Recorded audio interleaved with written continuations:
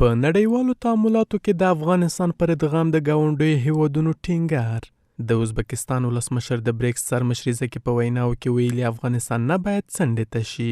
شوکت میرزیف همداراز له نړیوالې ټولنې وغوښتل واکپال حکومت او د افغانستان خلکو سره د سولې په ټینګښت او د ټولنیز او اقتصادي پراختیا کې همکاري وکړي.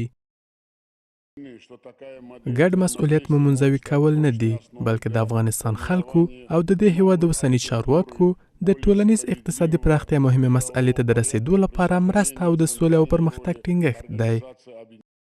د قرغیزستان ولسمشر هم ویلي د افغانستان انزوا د شته ستونزو د حل لاره نه ده او له نړیوالو سیمه ییزو اقتصادي بهیرونو سره د افغانستان پر ادغام ټینګار کړی دی.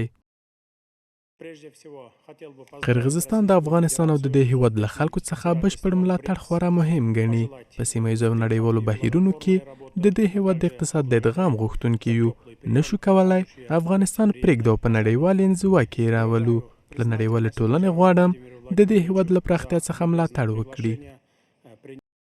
ورته مهال یو شمېر سیاسي کارپوهان له نړیوالې ټولنې او واکپال حکومت څخه غواړي شته ستونزې د تفاهم او خبرو له لارې حل کړي.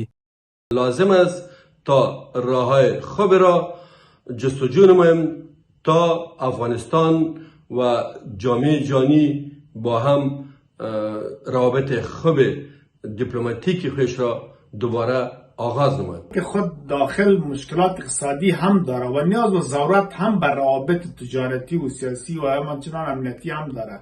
بنابراین این مشکل اگر نه راهش راه گفتگو، مذاکره، نشسته و تفاهم و کنار دادن به جهت مقابل است و همه روابط باید از طریق گفتگو و پیدا کردن راههای حل باید جستجو شود.